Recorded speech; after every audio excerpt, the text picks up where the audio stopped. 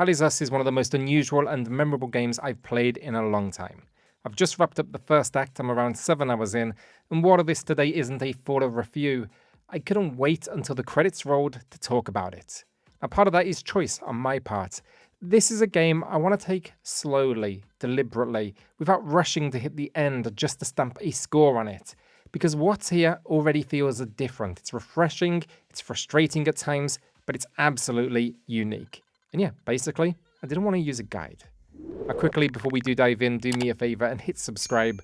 We're a smaller channel, and every click, it helps us a huge amount. The first thing you'll notice is what isn't here. Quest markers, glowing arrows, minimap lines telling you exactly where to go. In 2025, that's rare. Instead, Alzas expects you to pay attention, and I mean really pay attention. You'll get a clue, so maybe from a villager, maybe a snippet from overheard dialogue. Something like, oh, he's in the town northwest of here. You'll know you're on the right road when you see the windmill. And that's it. No turn left in 300 meters, no glowing lines, nothing else. Just you, the compass, and your own awareness. And for me, that worked. It made every conversation matter.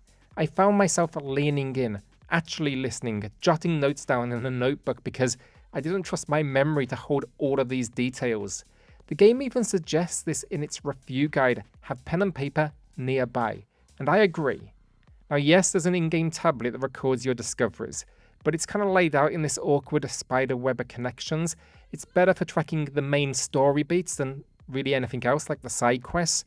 So yeah, for most tasks, I found a good old-fashioned list in my notebook served me better. But it's this choice, stripping away the safety nets, that defines Alzas. It's not that the game is brutally punishing, it's just that it asks you to be present, and that feels rare. So what's the setup? Well, you play as Remy, a man drawn back to the sealed-off country of Adea in search of his origins. Now, as a child, his parents smuggled him out, leaving him with fractured memories and a medallion from his mother. Now grown, Remy learns that civil war has broken out, and peacekeepers are being sent in. For him, this is a chance to finally cross the border and uncover the truth about where he came from. Now, of course, it isn't that simple. The land isn't just divided by human conflict.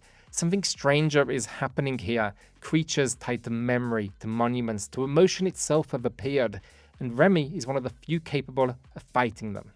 And that's the heart of the narrative, a personal journey framed by a country at war, haunted by beings that feel more like manifestations than traditional monsters. You will never really fight human soldiers in Alzas, or at least that's the case so far. And the developers have made it very clear they didn't want to add to the cycle of human brutality. Instead, every battle is against these pale, warped creatures that feel like echoes of history. They're unsettling not because they're grotesque, but because they feel familiar in ways you can't quite place. Combat then is decent. Don't expect a Souls-like here, it's not that brutal. It's a middle kind of difficulty level. It wants to challenge but not punish. Things like the parry window, incredibly generous once you learn the timings. Enemy animations as well, nice and clean, easy to read. Where it falters for me is in its variety. Now across Act 1 I encountered maybe 4 or 5 main enemy types. Now they are often tethered to secondary forms that support them, they are very cool, but repetition is definitely creeping in. Now I would say here you'd want more as the hours rolled in, however it has kind of been confirmed that the variety is very low. Now helping you in this journey in both combat and exploration as well is Cappy, your drone companion. Now they quickly become essential. It can distract enemies, it can give you lift for aerial strikes, it can translate engravings, it can illuminate darker areas. You can even equip modules to adapt to your style, and this makes it feel more than just a gimmick. You know, sometimes it's going to save you in combat for sure. Other times it's actually the reason you even understand what the hell is happening. The exploration, though, is where the game just shines. Now this world, it's split into zones rather than one massive open world, but each area feels unique.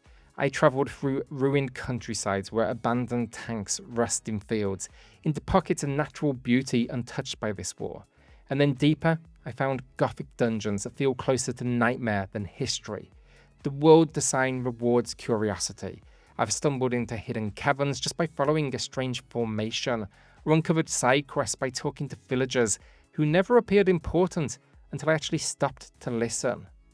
On top of all of this, then I actually think visually it's stunning. The PS5 Pro hardware brings out sharp details in both the environments and the characters. There's also a performance and a quality mode. The animations here, though, really impressive. The parries are readable, dodges, they flow naturally, and cutscenes look incredible. These cutscenes in particular, they were the big hook. They're framed as an interrogation. It's reflecting back on your journey. And then there's a variety of weapons. I have 6 or 7 already, and each of them comes accompanied by not only some really impressive visual effects, but the character swings and attacks feel so brutal. The music then is more, I guess, understated. I wouldn't call it a standout soundtrack, but it works. It's a blend of kind of older school tones and modern edge. It underlines that atmosphere. Definitely doesn't draw too much attention to itself. I'd say in some ways that restraint actually fits the game perfectly. There's going to be moments when you are stuck trying to figure out that next step, and the music's never overwhelming or annoying. It's kind of important. It's basically not trying to wow you, it's pulling you into that mood. Now, frustrations, I've alluded to a few already, but some puzzles here edge into being too obscure. A clue might sound clever in hindsight, but in the moment it can feel like the game is just testing your patience rather than your perception. And even on the PS5 Pro, the performance here, it's not flawless. During larger battles, when the screen fills with enemies and particle effects, frame rate dips are noticeable. Not enough to ruin the experience or anything, but just enough to break the flow. And yet, despite these minor issues, I can't stop thinking about it. That's the real achievement of Alzas. It's a game that lingers. Every time I set down that bloody controller, I find myself replaying conversations in my head. I'm trying to piece together what I might have missed. What lead should I chase next because I'm stuck? In 2025, when so many games over-explain themselves, it feels bold to put this much trust in the player. So where do I land after Act 1? Well, for me, this sits around an 8 out of 10 so far, if I had to put a score on it. It's a cryptic, challenging, sometimes frustrating adventure, but also one of the most memorable I've played this year. Now, it's definitely not going to be for everyone. Some will bounce off the lack of guidance, the repetition in combat, the occasional obscurity in its puzzles. But for those who click with it, I think it could be something really special. If you are curious, I'd say this: try the demo. It's a perfect slice of what to expect. And then decide from there if you're the kind of player who wants to carry a notebook, who wants to lean in, and who wants to listen. Because if you are, Alzas, it just might be one of your games of the year. And yeah, that's my experience so far. Let me know in the comments if you're going to be checking it out. Let me know if you played the demo and enjoyed it, and I'll see you on the next one. Cheers all.